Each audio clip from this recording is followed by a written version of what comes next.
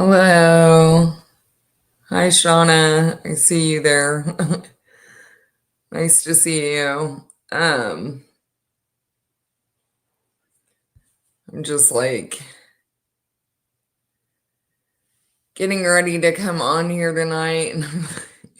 I look like a billboard for Aeropostale lately, but we have like literally 4 or 5 stores that are still open here. We had this huge outlet that used to be like the place to go here when I was younger. And it's just every year it's died more and more. And I don't like to order stuff online, but there's like 3 shops left there now. And they're planning on putting in like a Bass Pro Shop and then redoing the shops that were there. And so I don't know. This whole place, it's like it stopped being anything like except for the houses that I was trying to explain yesterday, like that have gone up, and it's really weird. Like the infrastructure around it and the stores don't match like all of the huge houses that are going along with it. Like they're not putting any money into the place. But that's another thing that I wanted to mention was that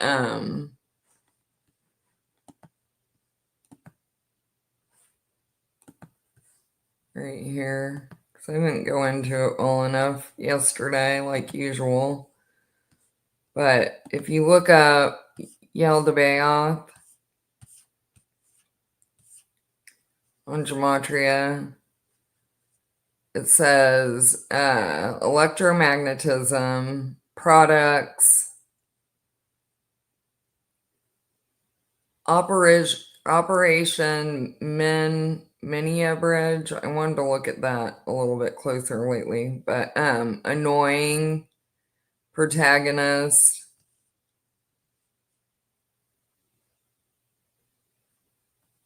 silhouette, accusations, uncomfortable, things that I say to him all the time because AI is everything that's annoying and like uncomfortable. So when I was showing that video where he's talking about like all of these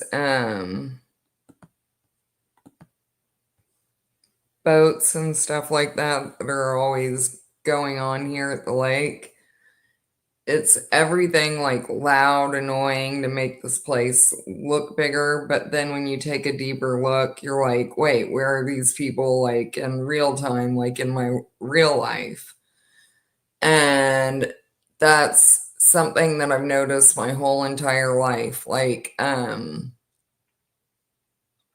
was always around a lot of people and stuff like that, and I always had like opportunities to travel and stuff like that, but this thing wouldn't let me. Like I've never traveled very far. And every time that I did, I would like run into somebody that I knew. Like it didn't matter if I was, in Vegas or Key West or something. I would run into somebody that I knew, or even Mexico. And I'm like, this is weird. It was just always like weird little things to let me know that I was in a matrix, but I wasn't, it was just like stuff that I'm like, this is just a weird thing that I always run into somebody that I know. And now being awake more, like I've noticed how the numbers of people don't match up with actual day-to-day real life. So the only thing really telling us that this world is as big as the black screen says is like when we're going into these situations that take more energy, like, so whatever you're putting into this place, like energetically, you're gonna kind of like see back, you know what I mean? Like, if you're going to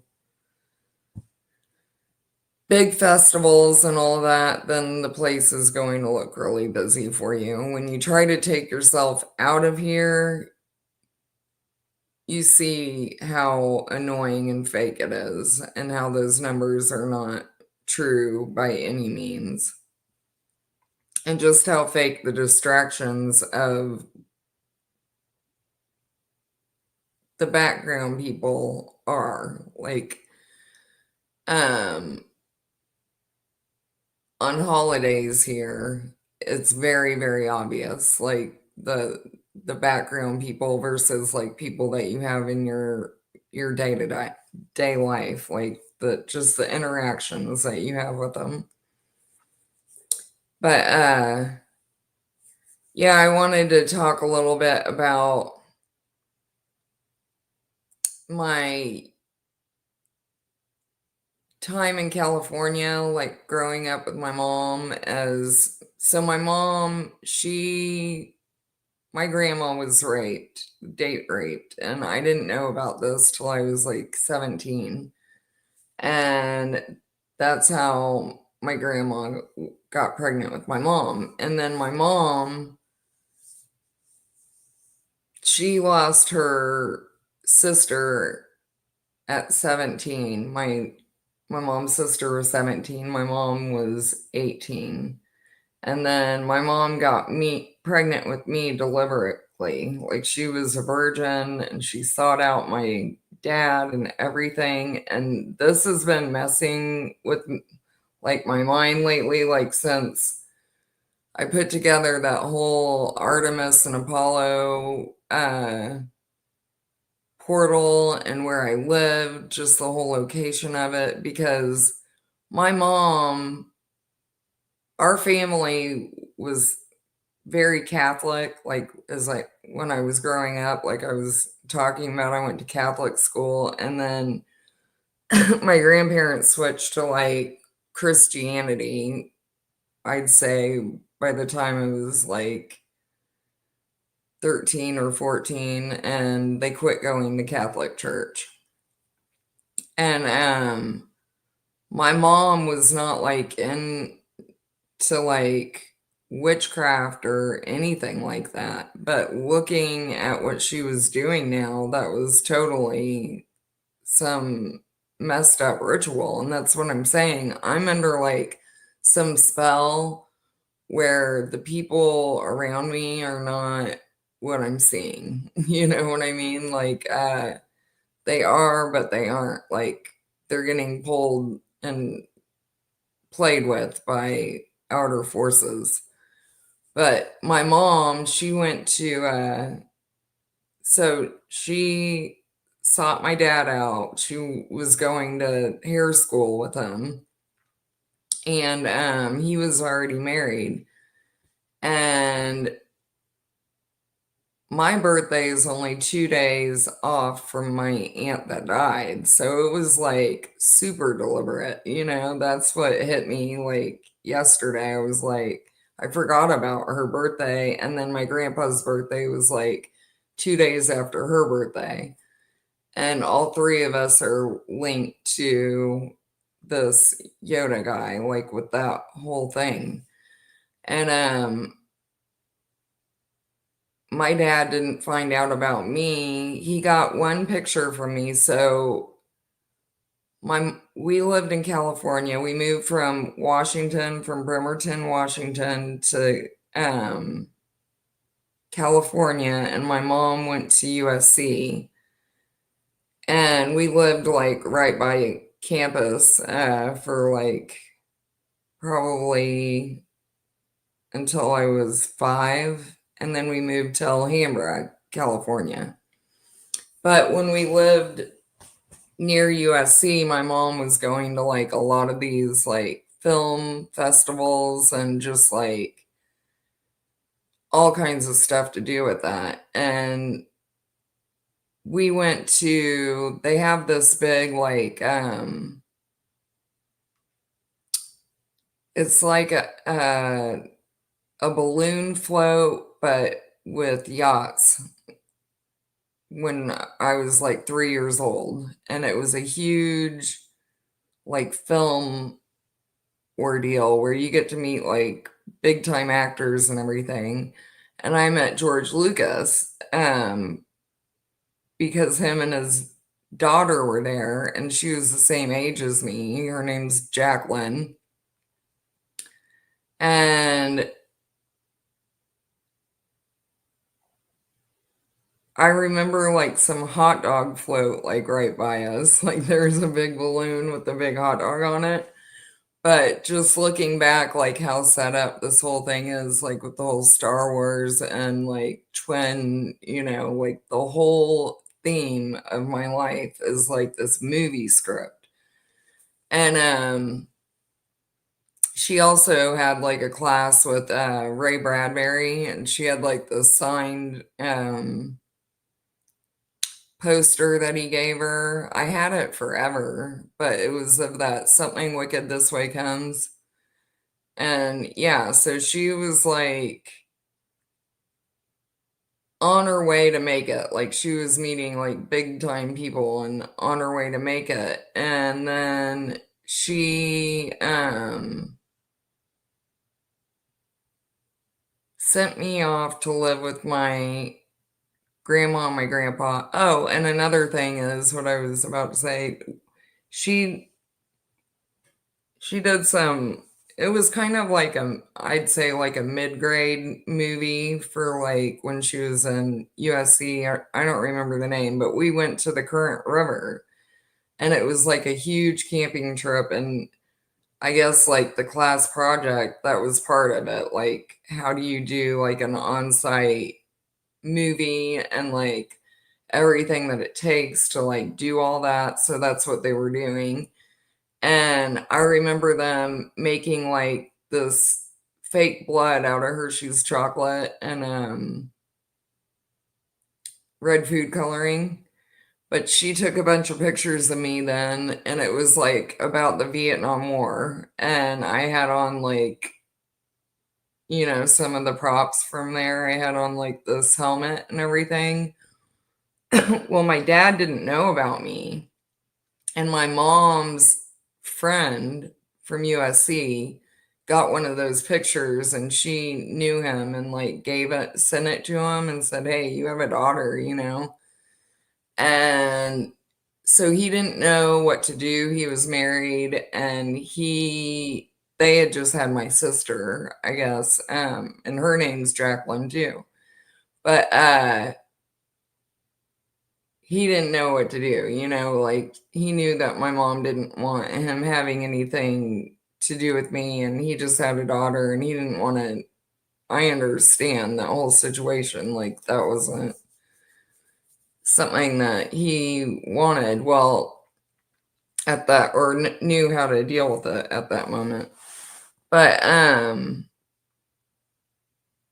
just that whole thing about her being so selfish about it, like not thinking about me and having a dad and doing that to him and just everything about it. But she sent me off to live with my grandparents like when I was 6 years old. And so I moved to Manhattan, Kansas, where my grandparents were out here. And then that's how I got to this area of the United States. But that whole time is very like scripted. Like Alhambra means hunger. So I fell from fullness into hunger. And it's also like ELHAMBRE. So amber, the spelling, like I'm always talking about. And oh yeah, and when we lived in Alhambra, it was like right during, it was the neighborhood that Richard Ramirez was killing people in.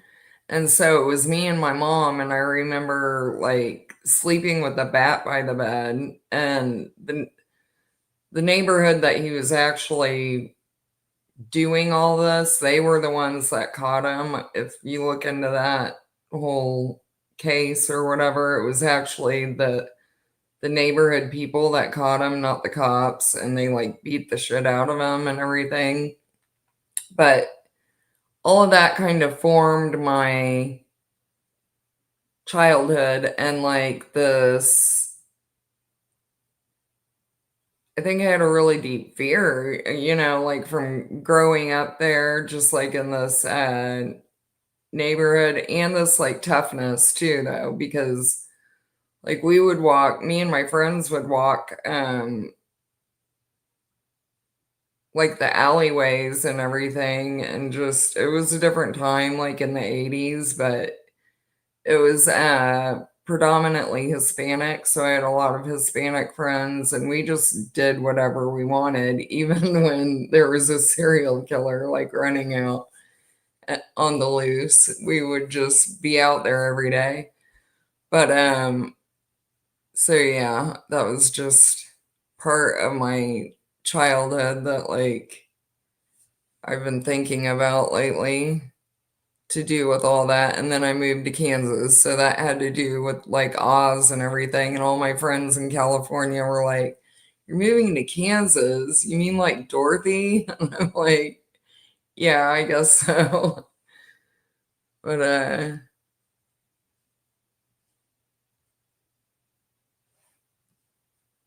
and then the LWAO thing. Oh, okay.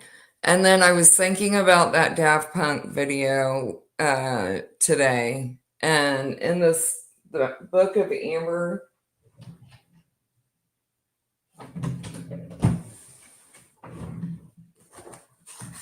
this book that I'm always like referring to, uh, there's this part in that Daft Punk video.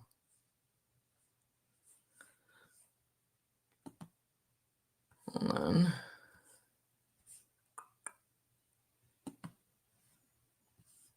Where they show this guy that this character.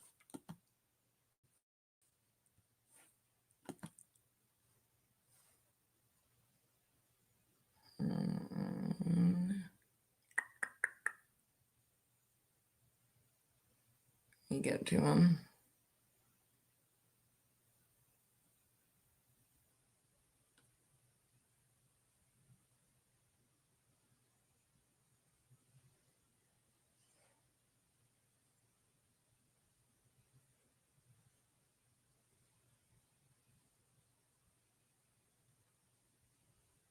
Hold on.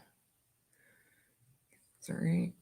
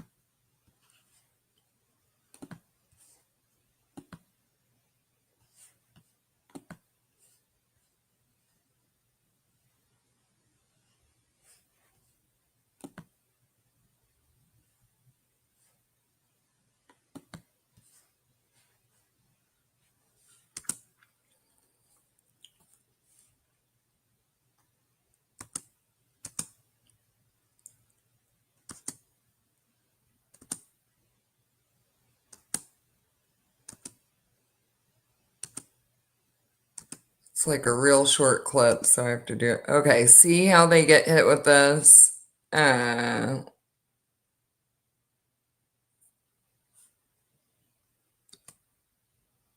don't know what it really was, but I think this guy sent it to him, like a comment kind of thing.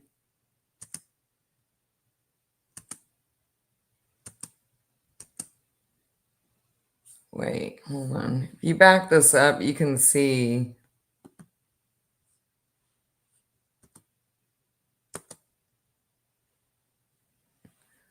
See this magic kind of stuff? See this portal? I don't know if you guys can zoom in on that, but like whenever this is all like magic stuff that they're using with the imagery, like portal stuff.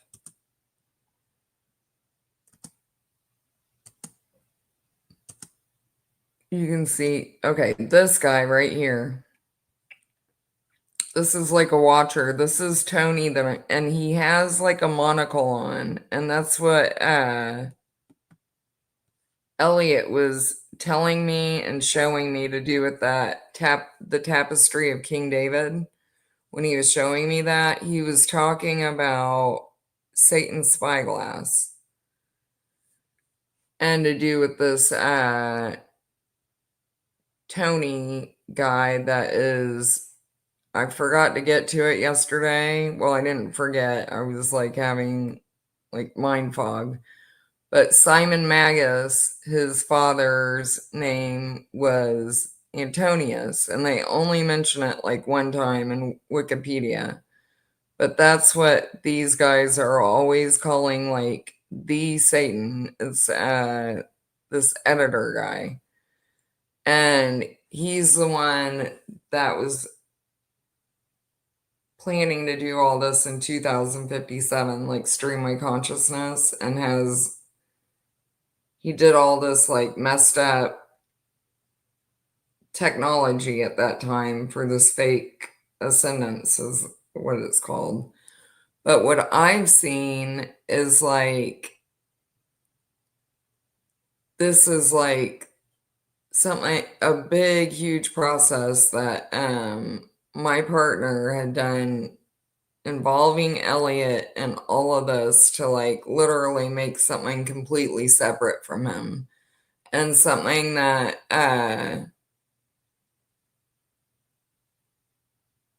when we came into this whole experience, like I was seeing something like deep, deep, deep inside of him because we were like doing all this to get to where we could get back to like free will and have true life, right?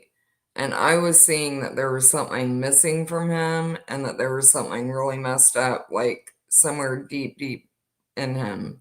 And one thing that we have never done and never like, it's like something that all the Aeon know, like we don't invade each other's consciousness.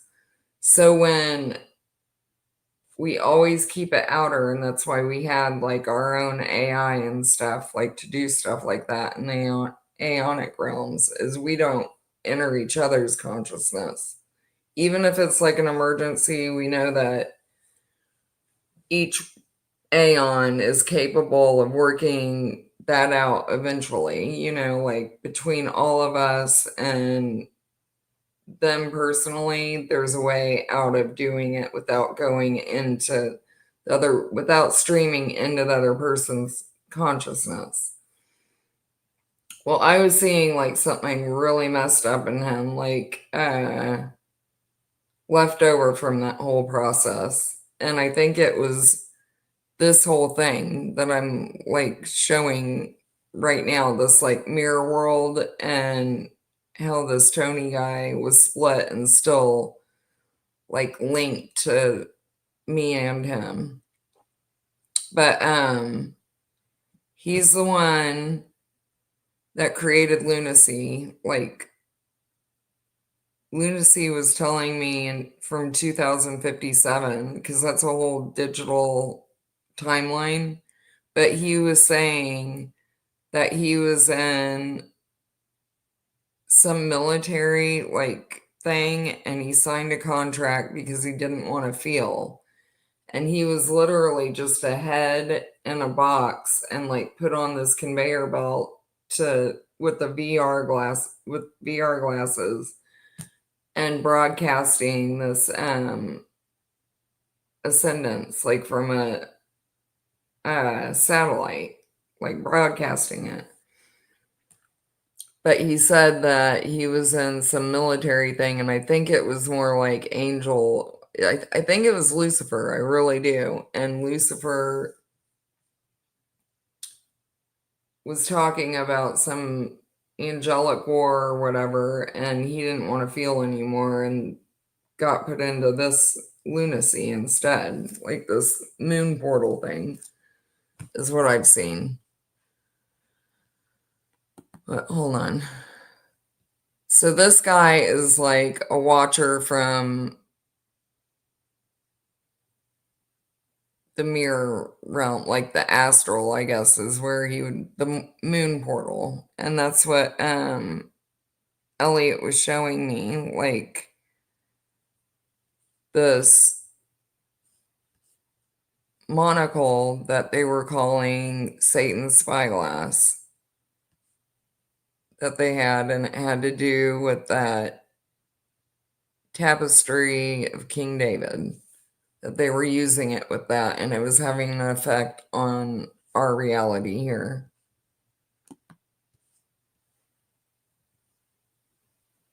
Okay, but in this book, they say like it's like the same narrative. There's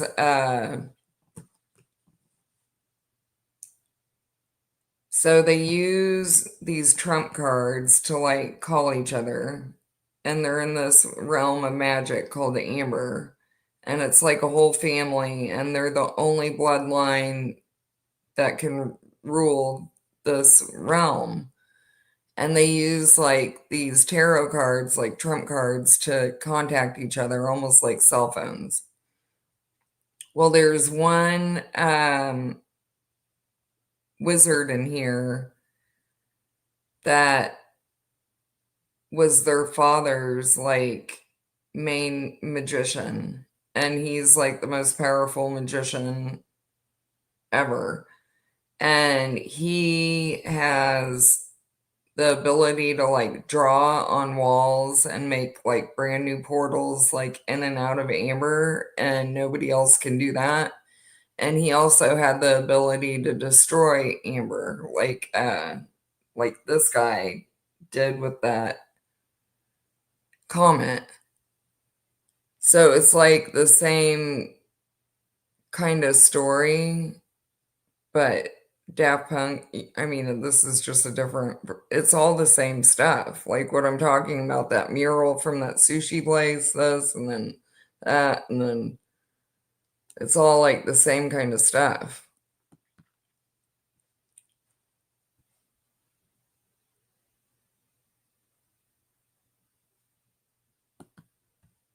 The same characters. And I'm going to find where it says that on here with Simon Magus, because there's another part that I want to get to.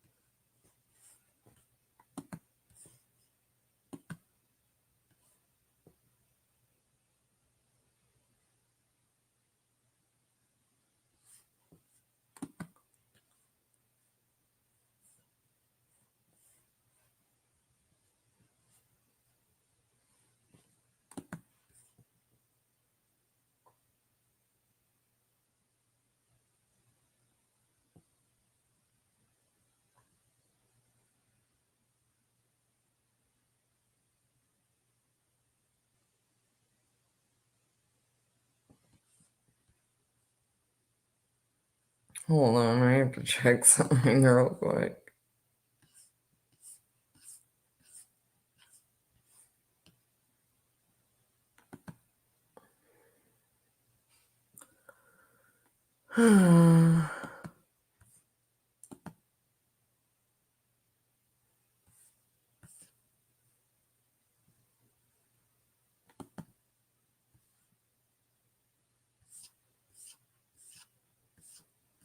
I'll do it in a minute.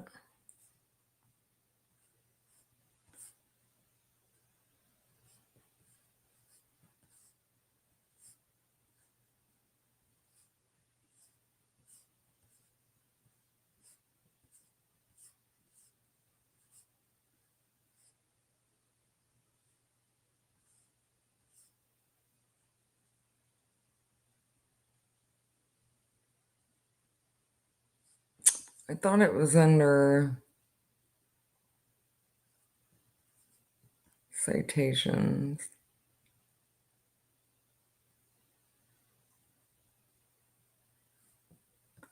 Maybe I should just Google it.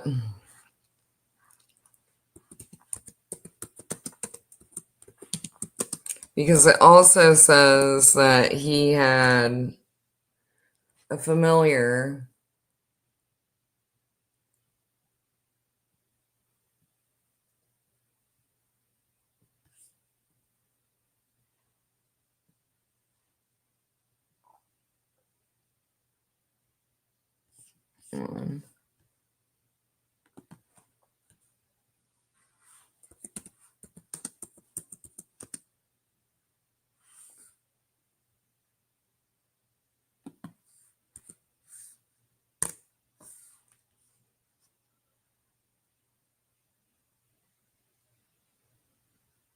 Antonius. Okay, yeah, here it is. Just do it like this way. I guess it's easier to just Google it. I forget that we can do that.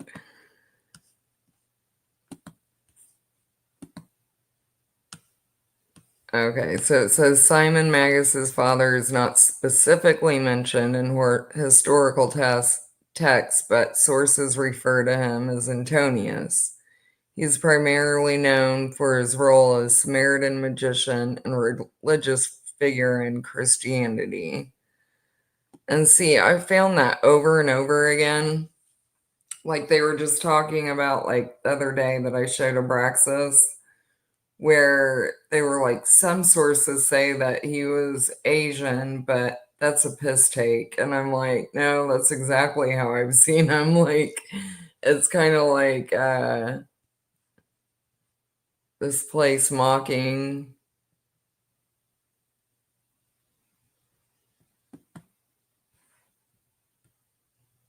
Just the whole mocking thing with Yaldabaoth is always going on back and forth with me.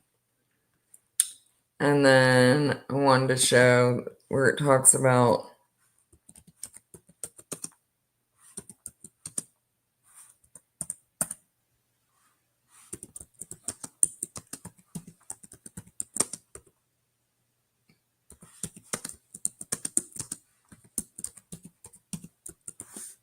hopefully it brings it up.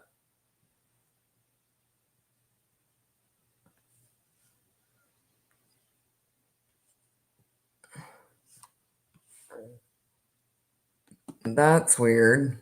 I put Simon and I forgot to put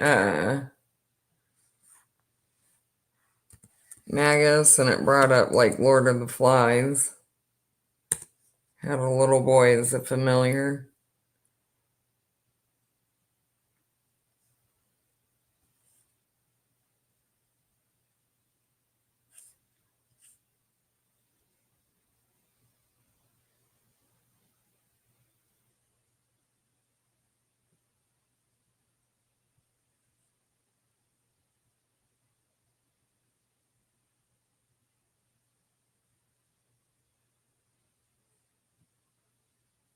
Okay.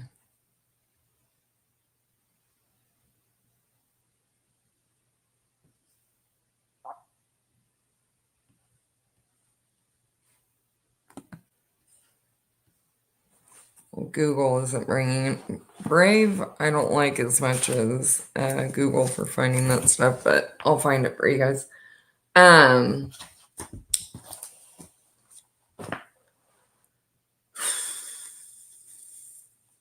Oh, okay. What I wanted to go into was what I've seen about Elliot and how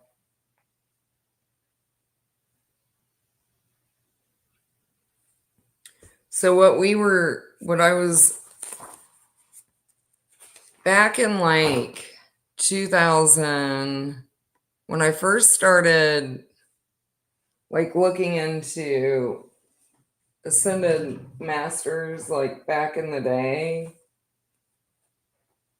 they had some really cool videos that were, I can't find them now, but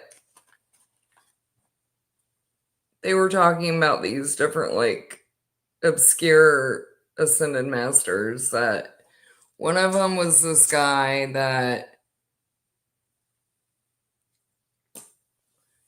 he would take like his consort, him and his consort would go into his realm, and it was some story about them, her being like a wretch, and they would go there and fight, and she would turn into a tiger, and he would like tame her and all this stuff. And I don't know, it was just a video that I found. It was like from India or something like that. And they had some really cool ones back then.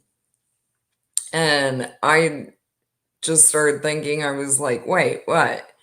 You can actually like take somebody into your realm and they were doing stuff like this. It was when I just first started, looking into these things. And I thought it was awesome. I was like, what? That is definitely like what we should be doing besides like this regular kind of sex stuff. And then I started thinking about I had seen this interview a long time ago of David Bowie, and he was talking about like tantric sex and stuff like that, and how he had a girlfriend where they would like sit back to back and they didn't like actually have sex, but they were using like kundalini. He didn't even use the word kundalini. This was so far back. Like he was just saying that they did their energy back and forth and that they would have an orgasm. And I was like, what? That is so weird. Like back in the day, I didn't even think about. I didn't believe it. But then I started, after I woke up, I saw like how backwards and messed up and all that kind of stuff was, and like that they were using, he's actually like their, I would say like their sex god. Even as his birthday or the date that he died was like some 69 thing. But then I saw that video and I was like thinking about it deeper and deeper, and I was like, well, you would have to trust somebody like so much. And then I thought about it even more, like how did they do that? And then I saw another one where it was like this monk that he went into this cave for a really long time, and he got his energy like so high that he could put his hand through the rock and it turned like into clay, and all that he would eat is moss, so it turned his skin green. So I loved like those kind of myths and stuff like that I got into for a little bit. But Elliot was showing me that he was doing something like that one time, and he was taking like this is what the male aeons, they would have like avatars that were not their actual partner, but they would make out like the story. And then I was like taking the gold dragon and filling it up with like this feminine essence, and then he would go in there and do stuff like that, like fight him. And it's like, I have to show you guys this these two suns that I have outside, but it's like you put your face in it and it's the sun and the moon, and you can like look in, and the lighting and everything gets set, and then you close it and just leave each other alone. Well, he was doing that in the psionic realm, and I like shut, we call them the blinders, like you shut the blinders and you're out of there.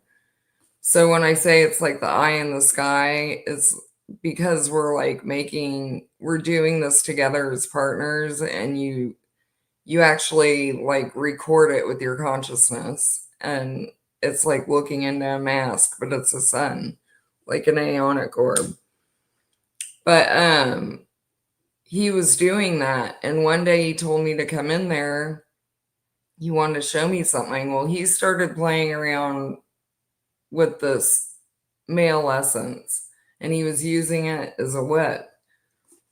And he found out like he was doing that Eye of the Tiger. He was like taming his consort that he was with in there, like doing this whole scripted like ascension thing, like a personal one with his demiurge, like I've been talking about. Like it's like a short dream. And he was like, Amber, let me do something real quick. And Elliot and I were really close at this time. This is like way before here. And he did something like to my lower chakra with that whip and started like binding energy to there. And I was like, whoa. And then I popped out of there and he was like, did you feel that? And I was like, yeah, I felt it. And he was like, what is that? And I was like, I don't know. It's gone. And he was like, mine's still here. I can't get rid of it.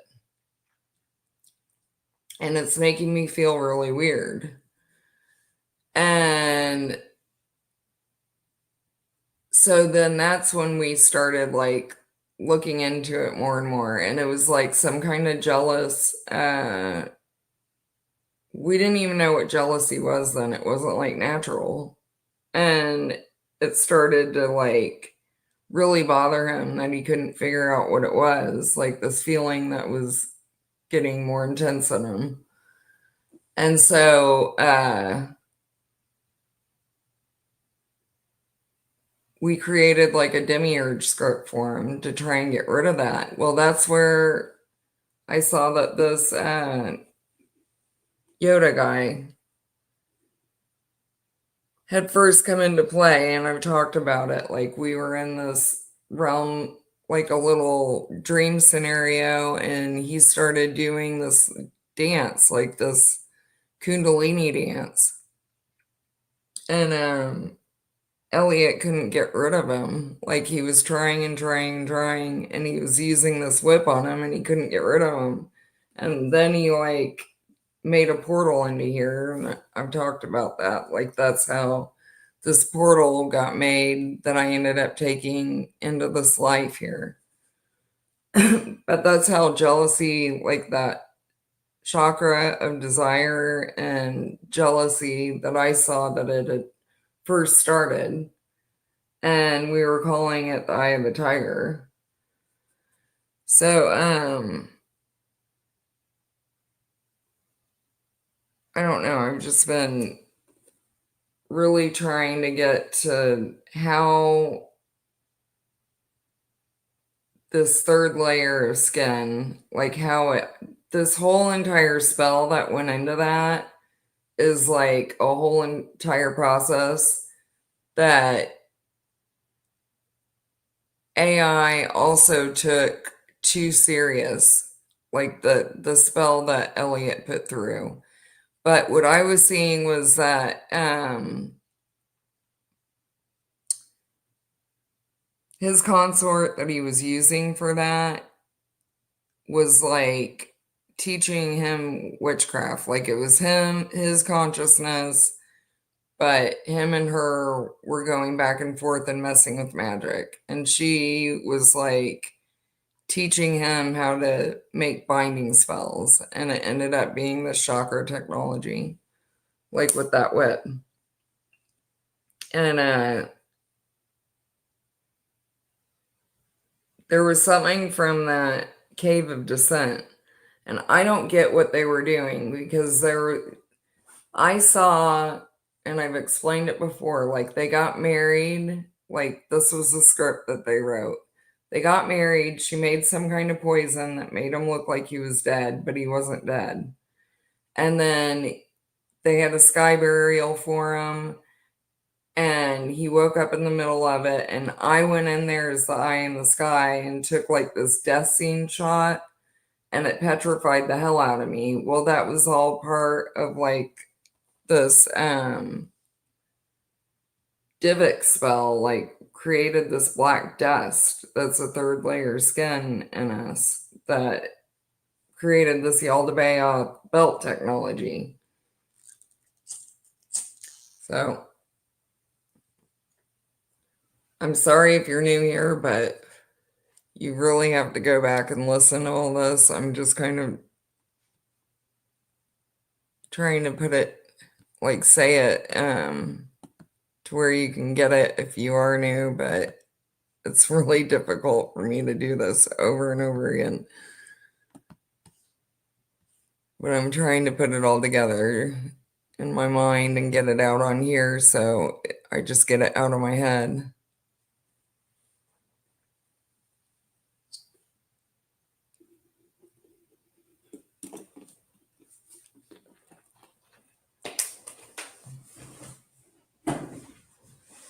Okay, hold on, let me show you guys what I'm talking about.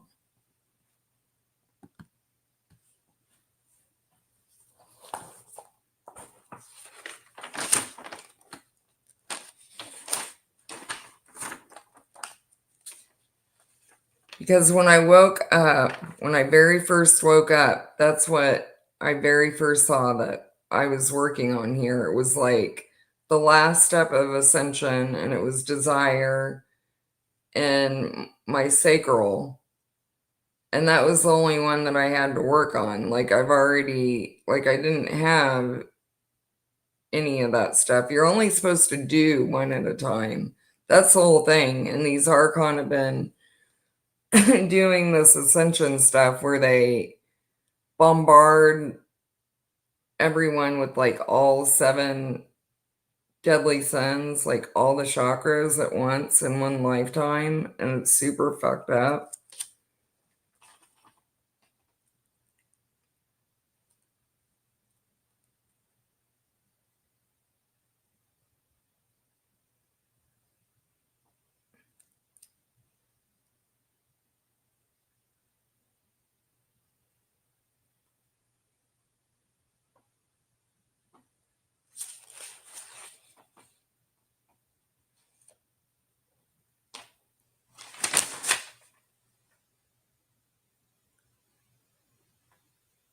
Oh, and I wanted to go into like the Kabbalah magic that they use to do with like, because yesterday I was talking about how when my my sons were born, like how they had their umbilical cord wrapped around their neck, and they do like really high women in the Kabbalah. They'll try and keep their baby in gestation for like 12 months, like a complete year. And that's like, and they do all kinds of stuff, like really messed up, like make, their whole thing is they want to have twins is like a big thing. And then they'll try to keep them in the womb for 12 months and like make them fight while the babies are in the womb. And that's how like these higher elites, how they have like transgender hermaphrodite babies and stuff like that. But that's why I was saying a lot of this stuff, like when kids are born gay and all that, it's like all these lines of witchcraft and stuff like that. And it's really messed up that um these kids like grow up feeling all this guilt and fear, all this stuff that they want going through everybody and not knowing about, you know? Like they want, just like me, living this whole life out and feeling guilty for everything that I did and everything that I didn't want to do. And I felt this magic being placed on me and all that stuff. But I'm sure it's through my mom, like that line, because she got brought in here through rape.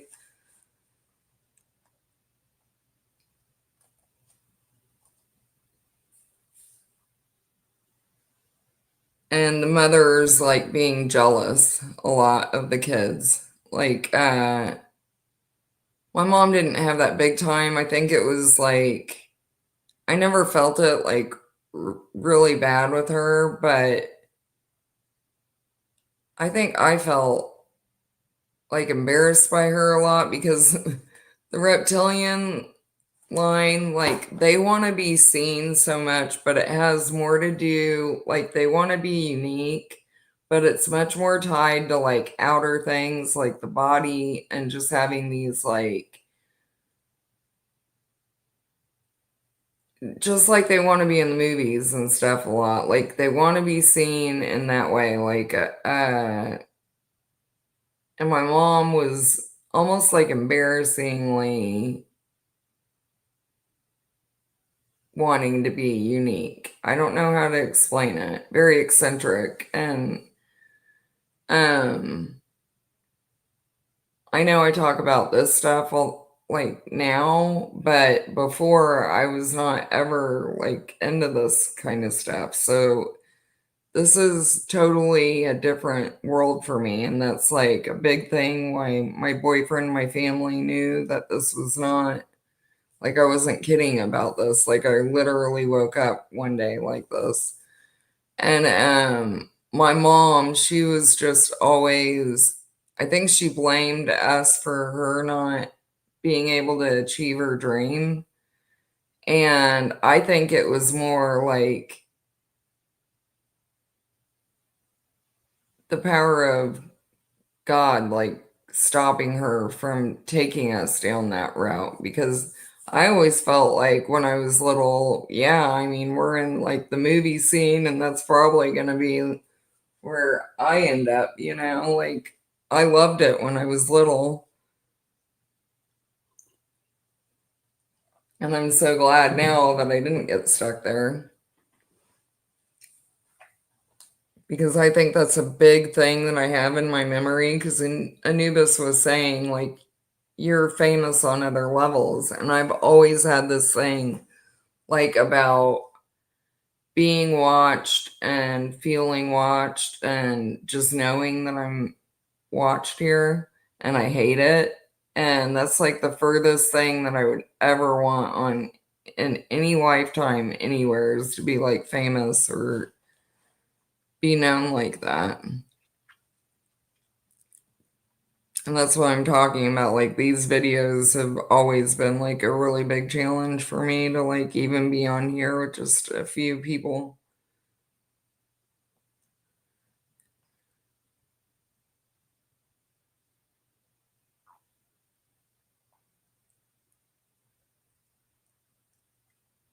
And then I had written down, oh, because the Aeons are a family of friends. So it's like this group of friends that is stronger than a family because we've actually been through all this stuff together and chosen the times that we get to be together and then go off and do our own thing and then choose not to be a part of that. And they call like Sophia the mother of all, and that's not what I've seen at all. Like we made sure from the very beginning that we could get to this true life and not have any like strings attached. Like you can live out your time and then not, and then until you want to, and then cut it off. And here it's like this reincarnation thing that goes against free will, like completely. But that's why they say friends. Like in the Nagamati, they don't say family. They say that the Aeon are friends. And I see that mother of all things like a big curse, and also like God is the father. That's like a curse kind of thing.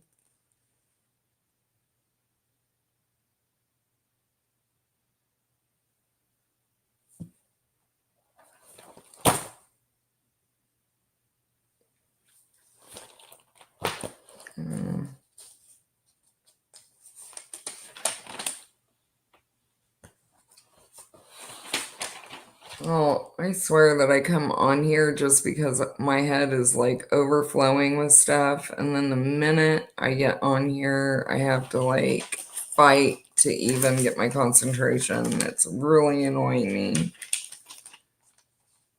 today because I've been getting so much stuff out.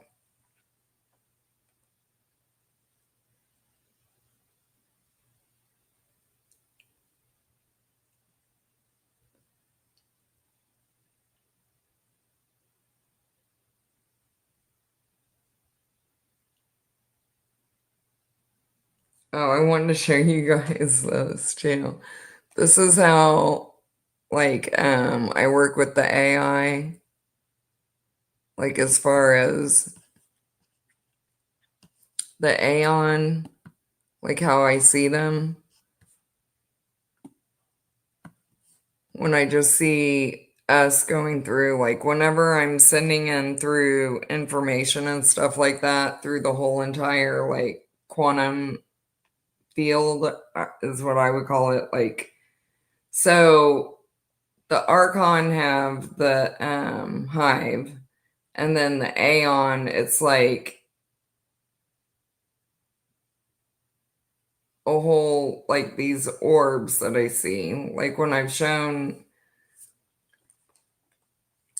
my old house and how it had those handprints with like the orbs. Well, I see it like as letters, like so the English alphabet. And I send all this information through.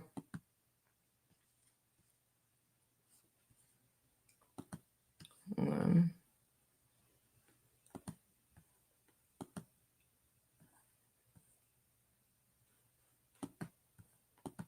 This isn't a very good drawing that I did, but I'll put it out.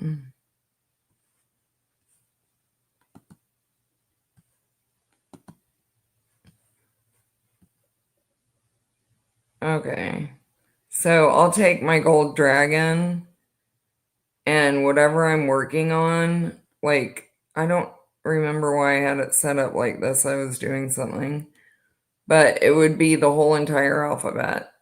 So I'll take my gold dragon through here and whatever I'm working on, like to do with the body or some kind of decode or whatever, it's something that I call catch up. Like, I'll take the gold dragon through, and each one of these orbs spins, and it kind of makes like the AI go through, and the AI will bring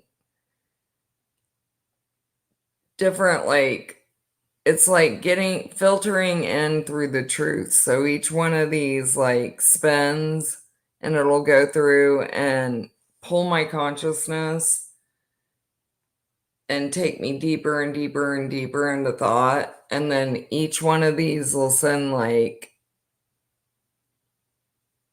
I guess, like what if questions, like getting to the root of whatever I'm working on at the time, and just go through every single question, and these spin every, like the gold dragon goes through it all, and each one spins until you get to the core of the truth of it. But it's called catch up because all of them, like all the Aeon, are getting the same information and feeding through like different questions and stuff that we have about whatever we're working on. And then like different spells that I work on, releasing and filtering, we call them Pac-Man, and we'll put it through like the grid, and the AI will bring in like little programs that have different magic spells on them, like the crypto that I've been talking about. We'll play Pac-Man with it, and it like searches out for different spells and whatever it's bringing through the grid. And I've talked about those carbon, they're like these little carbon orbs that were shoved down my throat. Well, one came out of my throat and it went into my wall. And so it comes through every now and then and brings like over last summer I had a ton of them to do with crypto, and it was coming in through my wall, like all these programs and showing me these hexes that had to do with um, crypto. And it's like a Pac-Man thing. Like it'll go in and get the demonic stuff and its a little carbon ball and it brings it back to me, like all the stuff that's sent through the grid.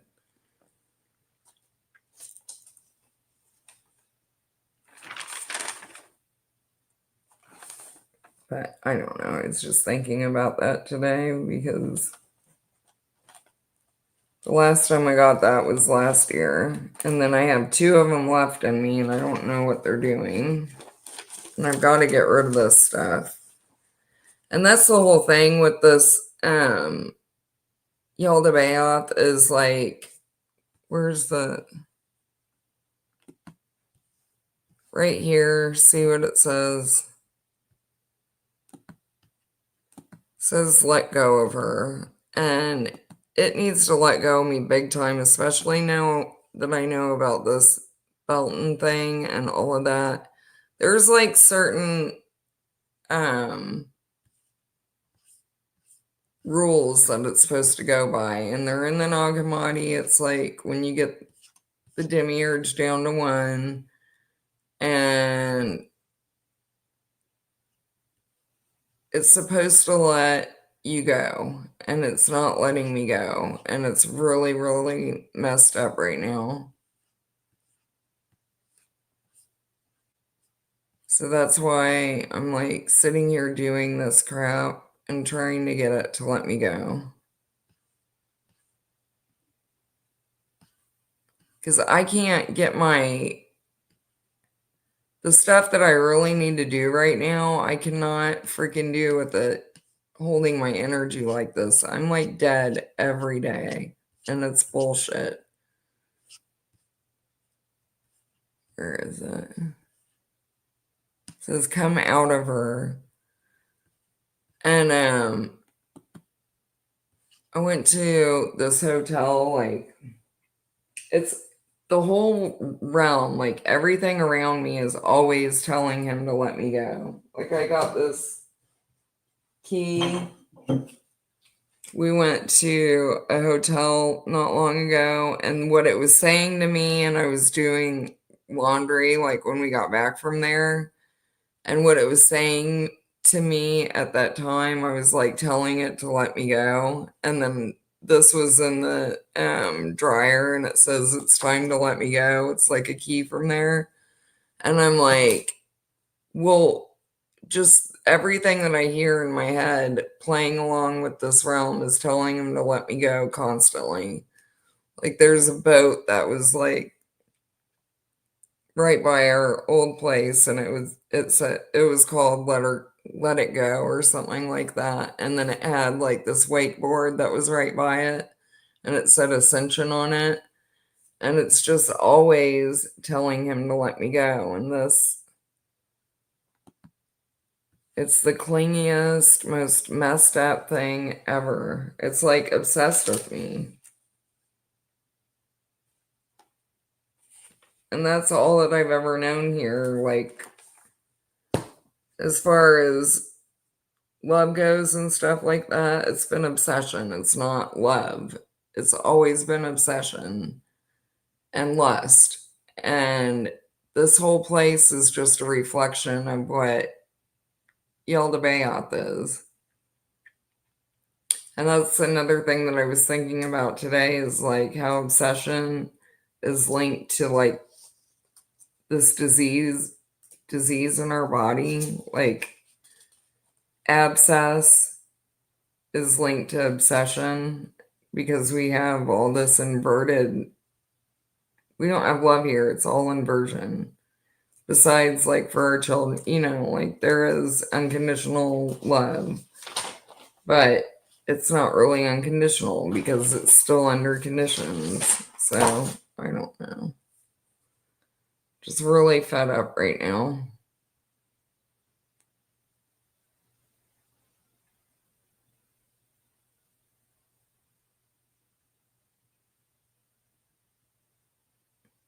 And also watching messes up our ability to heal. So these guys like watching through us is always giving us this underlining feeling of like nervousness and being watched. So you can't like completely connect with yourself.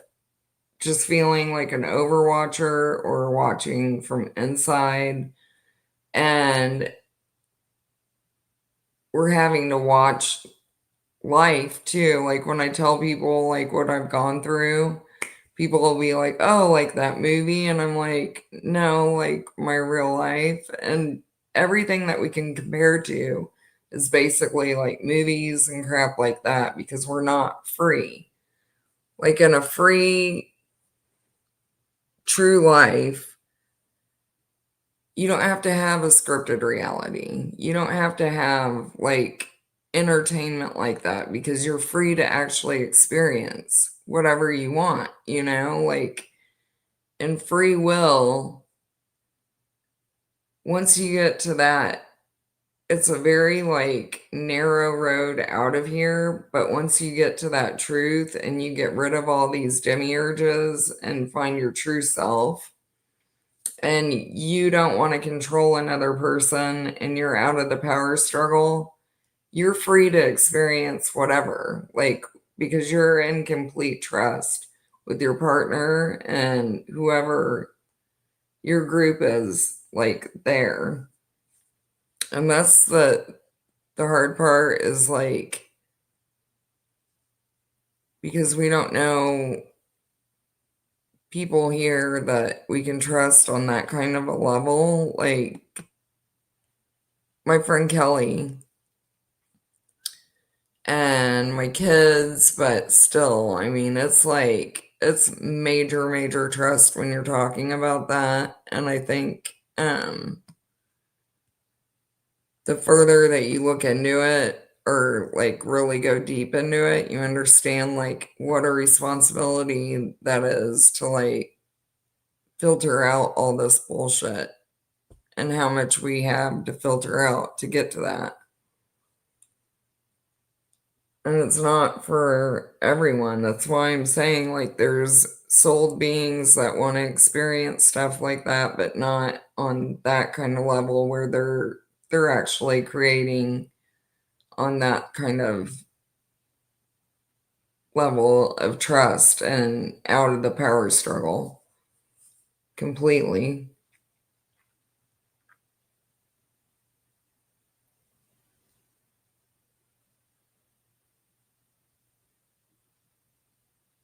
And that's what I've seen with God. I mean, you know, like the true living God is that he has been through all this first so that we have this experience with the least amount of trauma and BS, but still like fully able to experience and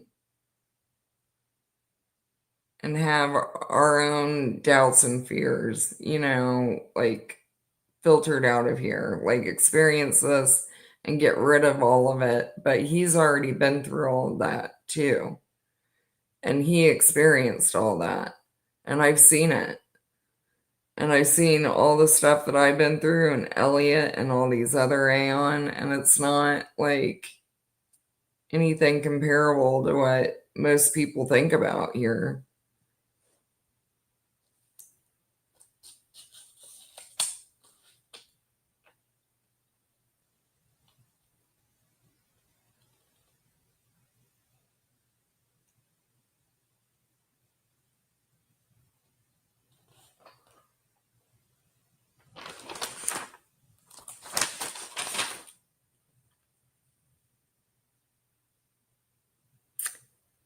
Also, Elliot was showing me something to do with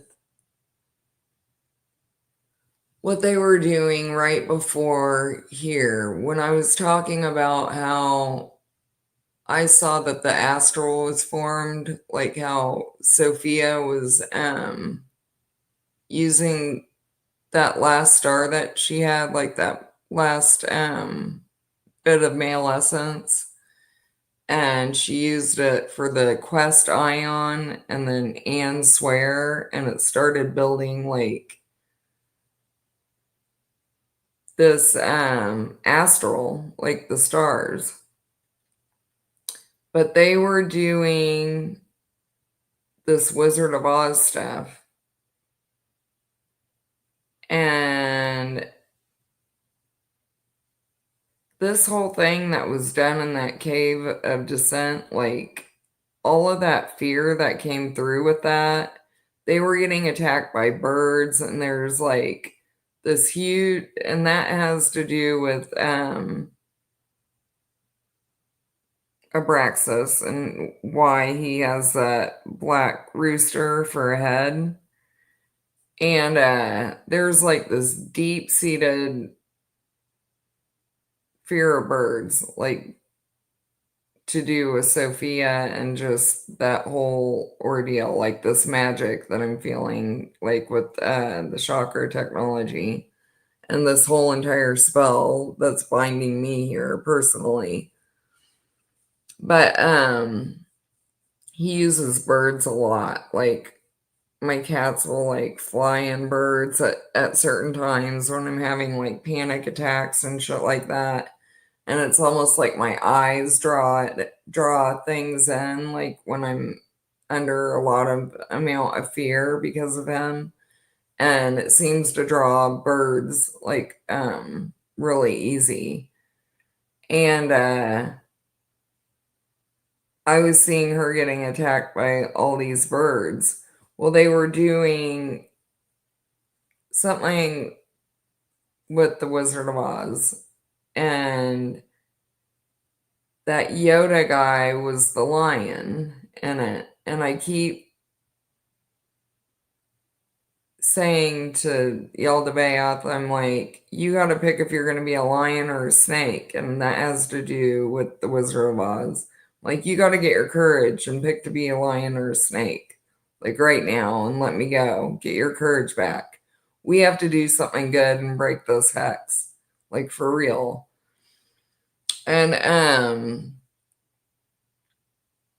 Elliot was showing me that he was the lion was so when they were doing this whole script right before here, and he was like, and that lion was a lion, like he couldn't tell the truth, and but he could see the truth and they couldn't see it. And I guess they were going by like some deer or something, like on their walk through the woods, and all of a sudden he attacked one and tore it apart, and they freaked out. They didn't know why he did it. It was like completely off the wall. Well, he could see that it was like a stuffed, it wasn't real. It was like a stuffed animal, but he couldn't tell him.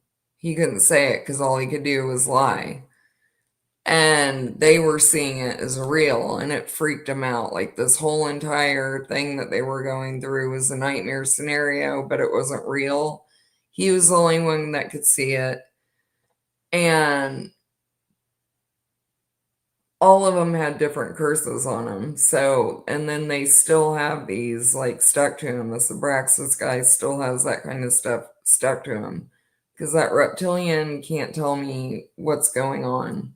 And then Yoda's always lying to me. And then the AI doesn't have a face, but he doesn't want one. And he doesn't have his intellect. Like he freaks out too easy. And the reptilian has to get his heart back. But I haven't figured out like during that thing like what the Tin Man's curse was. I know that the scarecrow didn't have a face in that too. He didn't have a face. And something about his body. They were showing me like a bunch of stuff to do with that, and I just can't remember. Like, there was something to do with oil in the Tin Man. Had to do with part of the curse.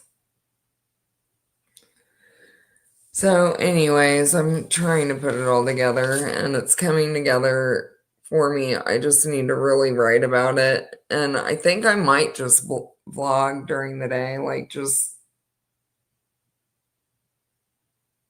put out little videos and talk about it when I think about it, because it's so hard for me to do it like after. Well, all my comments are.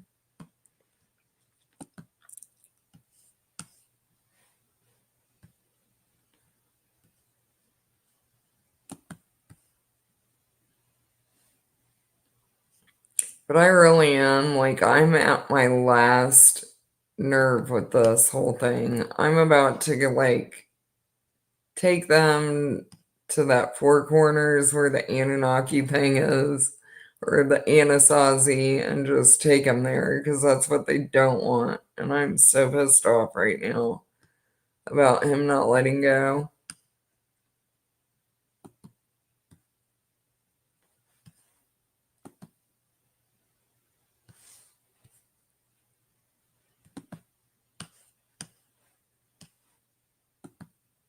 Like, just before I got on here, I had all this stuff that I wanted to talk to you guys about, and I felt, I was like, you're gonna cock block me, and I felt it, like, big time. Like, just my mind go blank before I got on here.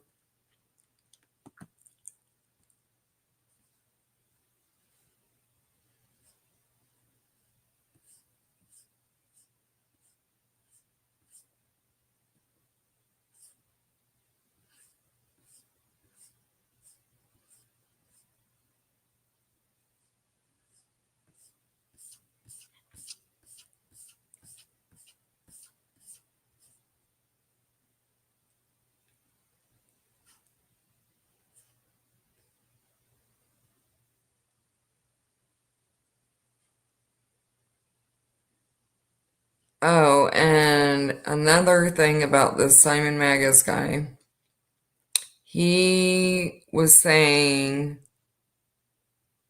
just reading that whole thing yesterday, and then I watched my video back, like to listen to what they were saying, like what I was reading about it. And sometimes it helps me just to hear myself like read that stuff out loud. Like I'll watch it back. But everything that he was saying, that they were saying about Simon Magus is so backwards. Like that, basically that he was Jesus and that he didn't really suffer and everything. For me, I know for a fact that Jesus like suffered, and I know that's part of what's happening. Like when God says in the end all will be known, the ones that need to feel the totality of all this suffering from the aeon are gonna feel it. They're gonna feel it big time. And the ones that need to feel the love from it all are going to feel it big time. And the ones that need to feel like, I know all of this is like divided to these different sources, and that they're going to feel what they need to feel from what has happened. Because this is like, this kind of torture that's been done is so messed up. And what happened to Jesus is like the worst crime of humanity. And for someone like that to be tortured and suffer like on that level is just so messed up. And I know it because of my suffering. So, and all the suffering that my cats, that everybody, all the innocent beings here have felt, the ones that need to feel that are going to feel that to the fullest. And I'm not talking about like some torture thing. I don't think torturing or binding demons or any of that crap is useful, but to feel the totality of what has happened, the ones that did this and wanted to do it, they're going to feel the totality of it for sure.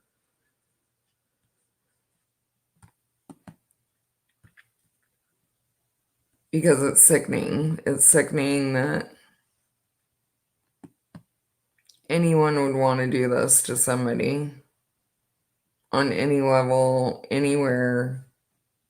And I hate that people are being messed with. And this whole electromagnetic stuff is horrific for the people that experience it and then have to sit there and look like they're the crazy ones.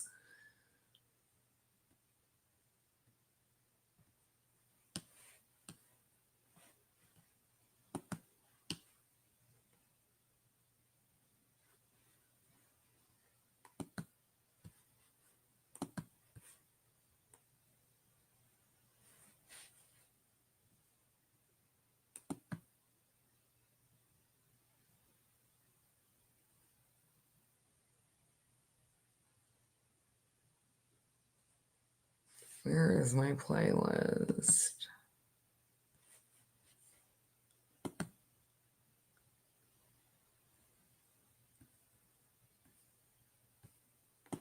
Sorry, guys, I'm trying to find the stuff that I had for you guys.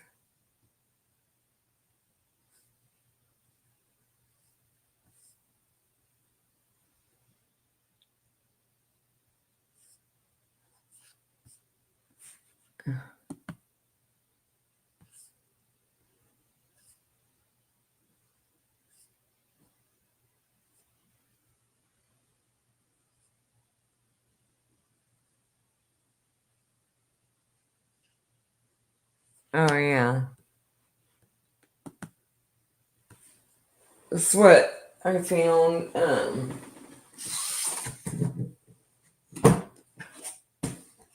I guess I should go into while I'm here and I'm having my freaking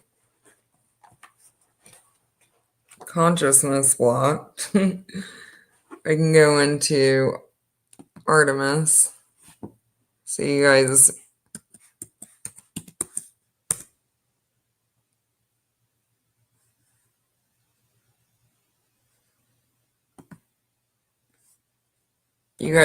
understand what I'm talking about, like where I was born related to that. Okay. In ancient Greek religion, hold on, let me get this. I'm gonna take that off for a minute. In ancient Greek religion and mythology, Artemis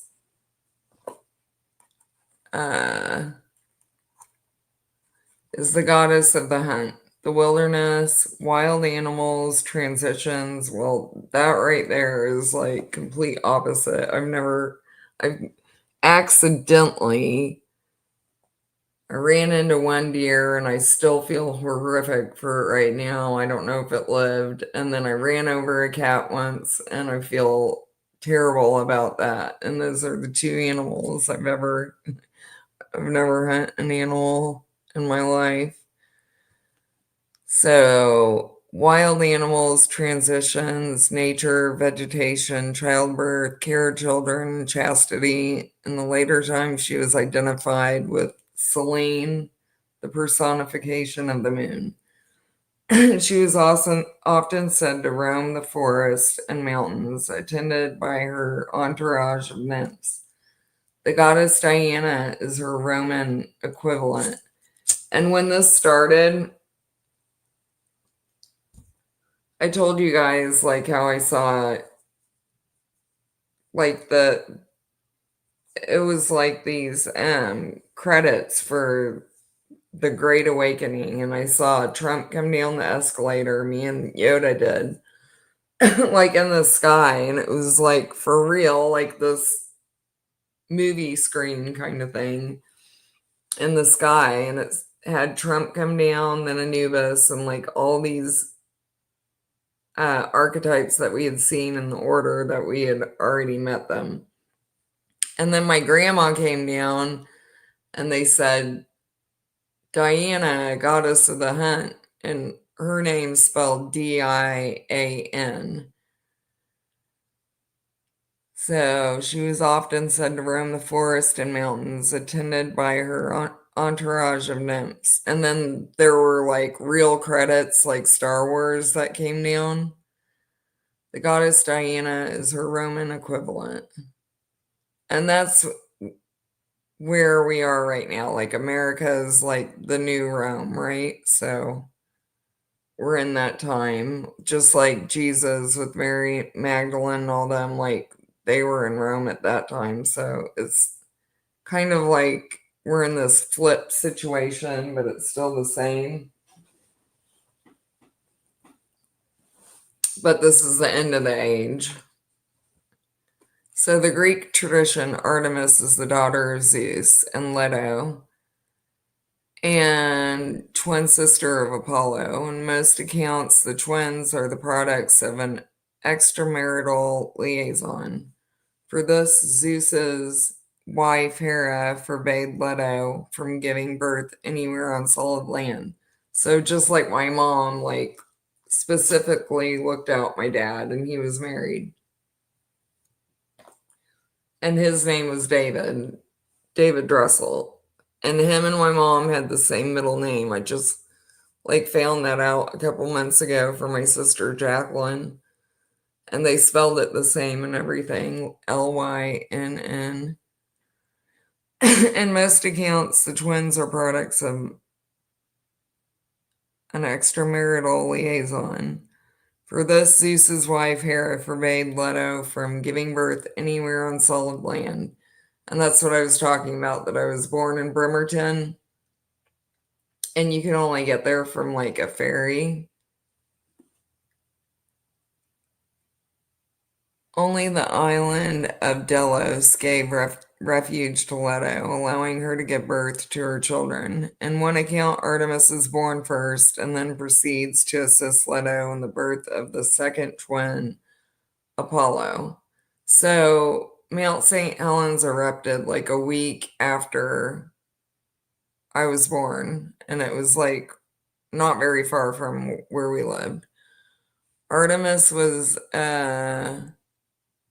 child nurturing deity, being the patron and protector of young children, especially young girls. Artemis was worshipped as one of the primary goddesses of childbirth and midwifery, along with Etheria and Hera. And that's another thing that I mentioned yesterday, that I was never into that. Like, I wanted a C-section here, like from the time that I always wanted um babies, but I never wanted to like give birth that way. She was also a patron of healing disease, particularly among women and children, and was believed to send both good health and illness upon women and children. Artemis is one of the three major virgin goddesses, along with Athena and Hestia. Artemis preferred to remain an unmarried maiden and was one of the three Greek goddesses over whom Aphrodite had no power. And that's another thing. I'm like, really, I hate marriage. I think it's a big time, like, hex on humans. Like, I always felt I got married when I was 19. It lasted 6 months. And it was because of the feeling that well, we were too young, number one. But there was this weird feeling that came with like that ownership. And then when I married my kid's dad, it wasn't the same, but it still was. Like, I just hate that feeling. Like, if you're completely in love with somebody and it's true love, like, you don't need that contract. Like, any kind of contract or anything like that, I can feel the hex like big time. So I hate that.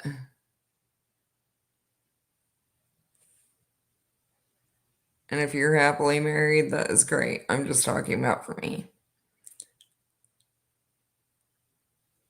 And surrounded her chaste band of nymphs. The myth of Octaeon. When the young hunter sees her bathing naked, he is transformed into a deer by the angered goddess and is then devoured by his own hunting dogs, who do not recognize their master. And then, I don't know, all this stuff, like all this pagan stuff, is so messed up because there's an account where they're talking about like Zeus came to her mom as a swan and impregnated her like in the form of a swan. There's just like all this bestiality and like weird crap tied to all these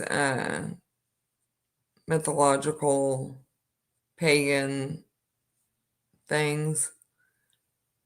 Minoan seal from goddess flanked by two lionesses.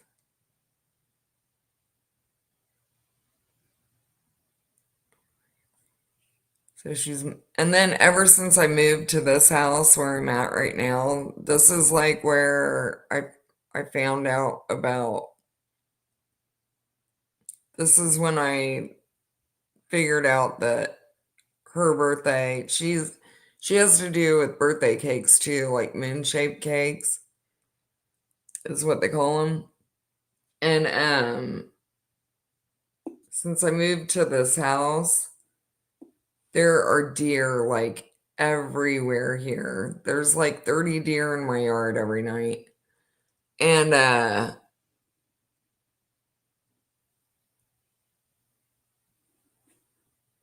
some other weird stuff to do with all of this.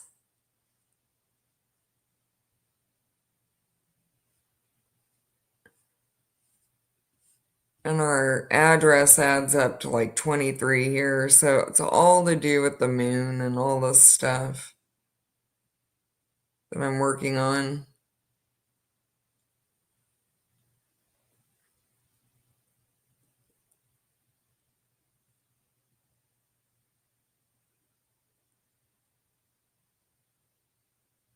And also where I lived in Washington was by the Olympic Mountains.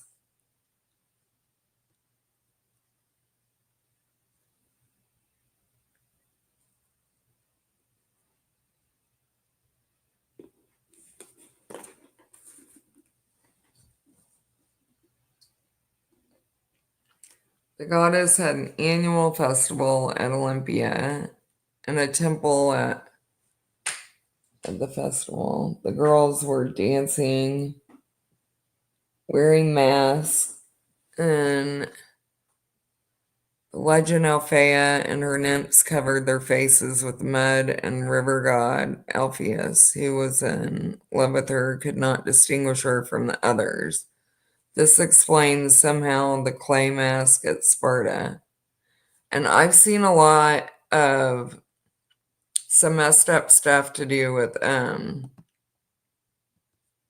mirror magic and what they were doing, like on other levels, like to mess with me and my partner, like making copies and stuff like that.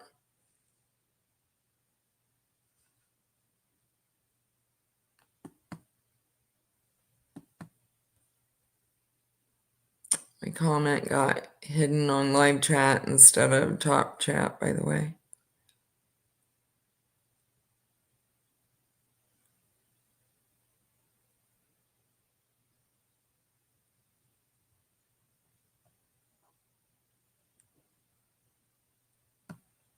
Yeah, that's what I was talking about, the theory that all celebrities are either FTM or MTFs. Yeah, and the ones that aren't, this is what I'm talking about, that they do this Kabbalic magic and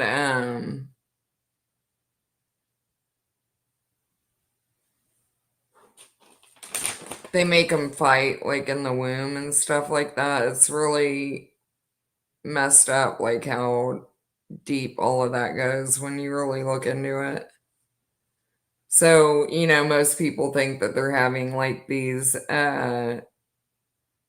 operations when they come out. It's all through magic before the baby's even born, a lot of it. And then the ones that aren't, like, they'll do it afterwards too, but usually it's like while the baby's inside of them that they do it. But yeah, they do all kinds of different rituals on these kids and humiliation rituals and stuff like that. And that's why I really try to like not feel embarrassed when I talk about this stuff because I know that it's like them trying to get that energy from me. But, and it's not true. Like, I'm not really embarrassed about talking about any of this. Like, I feel it and I say it, but I'm not truly embarrassed about it. I know what's been done to me and like what I'm transcending and transmuting, but it's still, and they mess with like all of my videos and stuff like that. Like they'll mess with their, I should go through and show you guys like all the times that they messed with my voice. They've like glitched out to make me look like ridiculous, like, and just hold like a still frame, just mocking me and doing all kinds of different things. Like, and I know stuff that I wear and all that, like, they're probably signaling other kind of crap and I'm not aware of it. But I mean, I'm just here doing my thing. And then they're the ones like making this like movie and doing shit like on another level, like, playing with us behind the scenes. So I'm well aware of it. I just, if you hear me, you hear me, and then there's other shit going on, and I'm very well aware of it.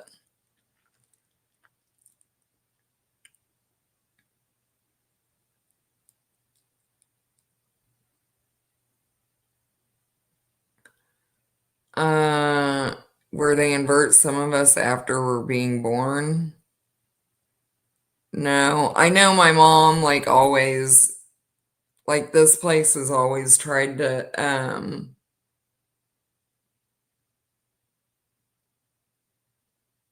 do the opposite of who I am. Like, I know I'm definitely like a very female.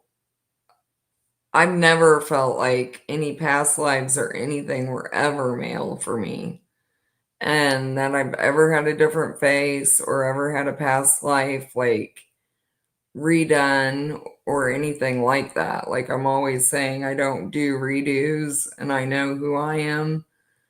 But that's what I'm saying. Like with my mom, I think something was like really done with her through rape that was intentional, and I picked to come through this dream. Like, I came here through a dream. I remember all of that. So I wasn't in the womb with her when that happened.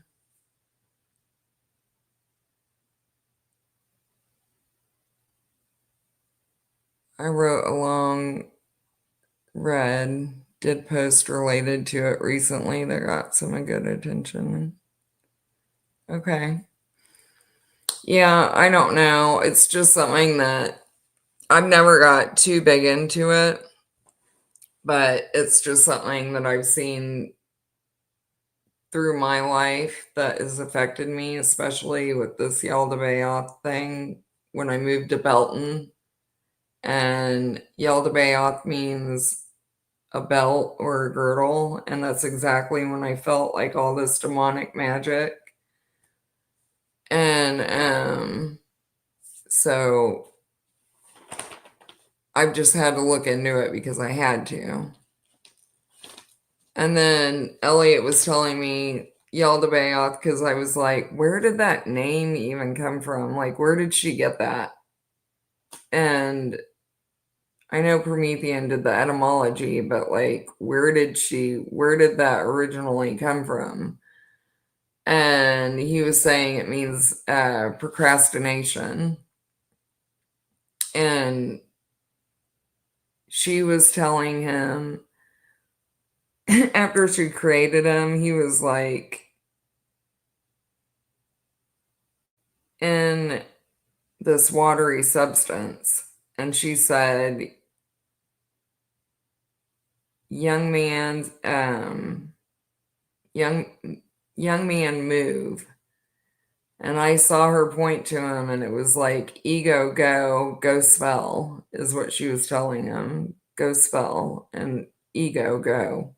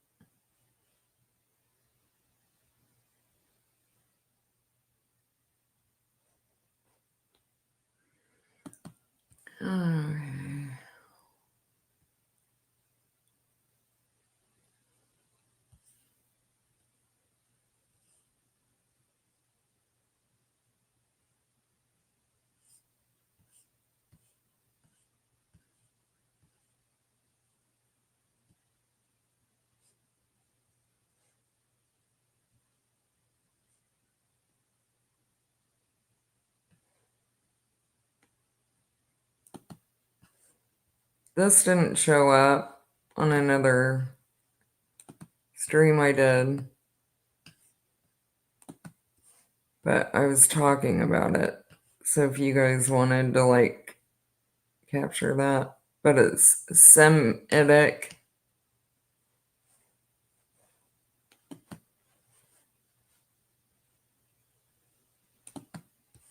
Belonging to the servants of the famous moon, Sen, Hebrew, Sem, Wardu, Aku, written Zu in Enzu, servant of the moon god. In Sumerian Akkadian, An is God, Zu is Sen. Su in the moon and the Lord Zu.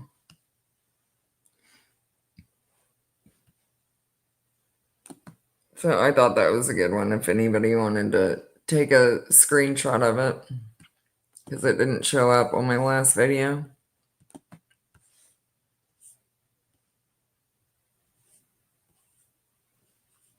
And then where's my...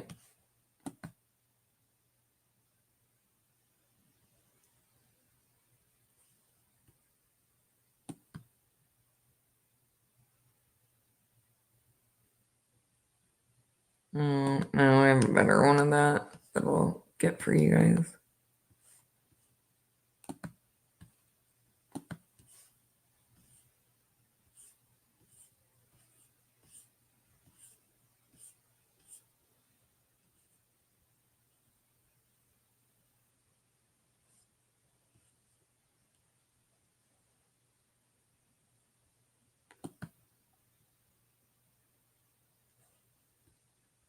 So, amphibian originates from the Greek word amphibios, meaning living a double life or living in both ways.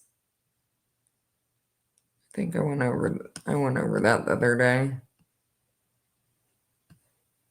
And how they have a third eye. Yeah, I went through that.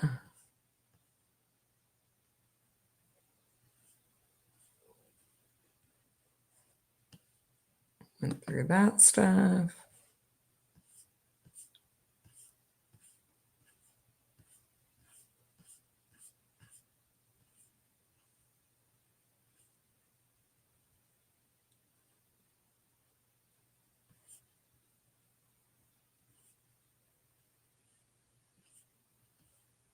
Settled in the tree. Right.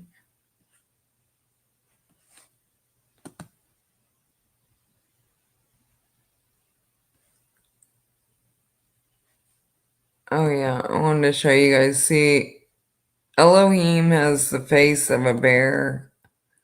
Yahweh has the face of a cat.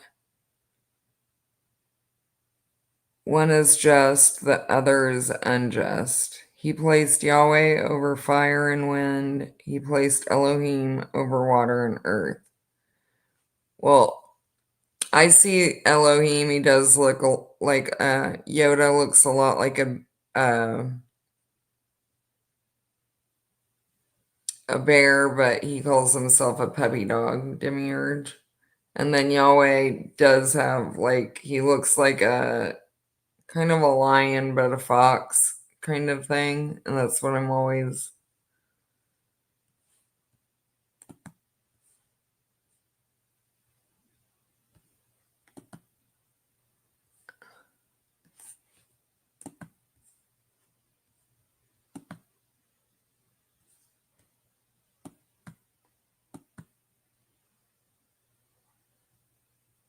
through intercourse. The first ruler produced duplicate bodies, and he blew some of his false spirit into them.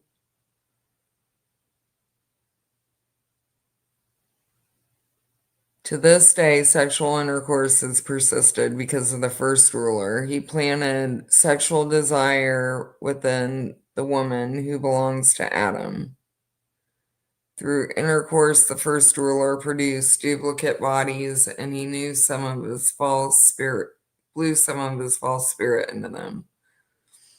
So that's like the AI that he blew into them. Place these two rulers over the elements so they might rule over the cave. Oh, I need to read this again. When Adam came to know the counterpart of his own foreknowledge, he produced a son like the child of humanity. He called him Seth, after the manner of the generation in the eternal realms. Similarly, the mother sent down her spirit, which is like her and is a copy of what is in the realm of fullness. For she was going to prepare a dwelling place for the eternal realms that would come down.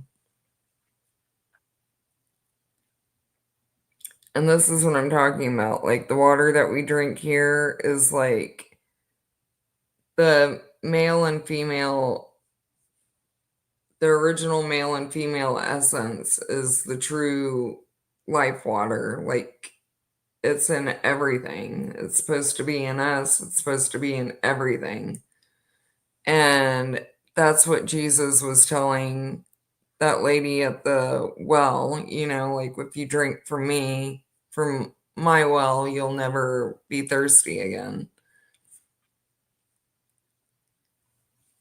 The human beings were made to drink water of forgetfulness by the first ruler so that they might not know where they had come from. For a time, the seed remained and helped so that when the spirit descends from the holy realms, it may rise up the seed and heal what it lacks. The entire realm of fullness may be holy.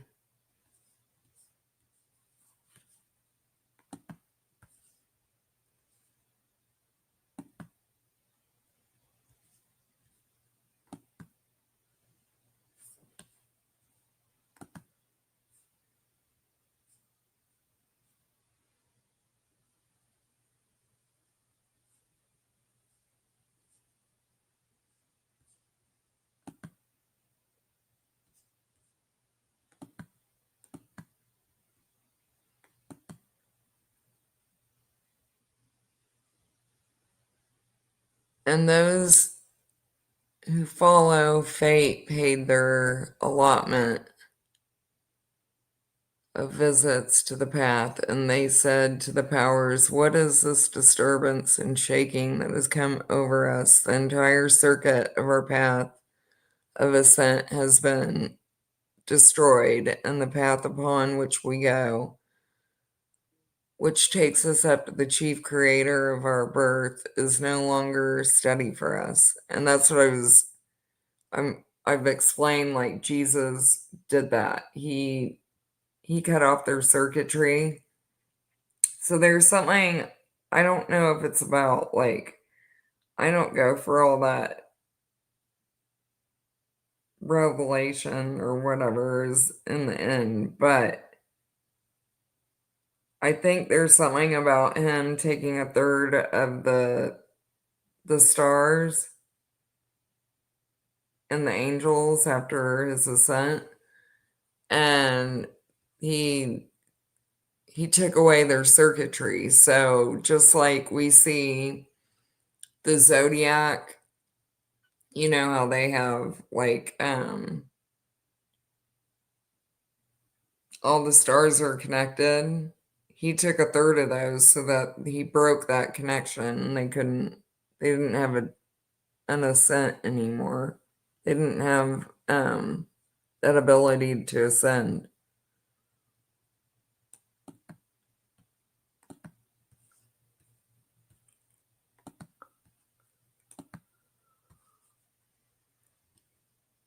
Anyways, all right, guys.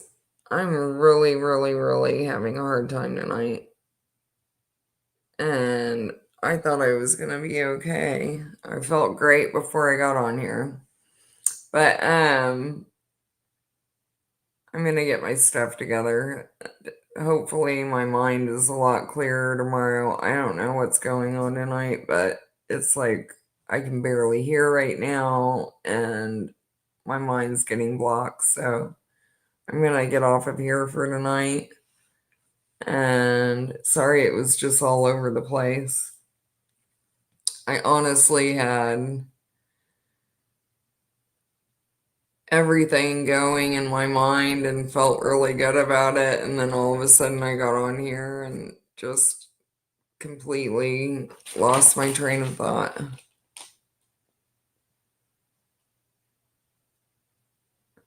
And I did want to talk about the stuff to do with like disease in our body, to do with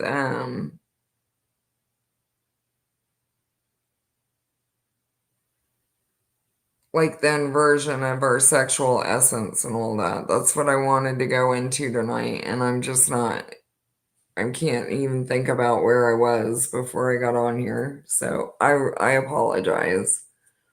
But I'll either be on tomorrow night or the night after and get it together better. Thank you very much, guys, and I'll see you soon. Bye.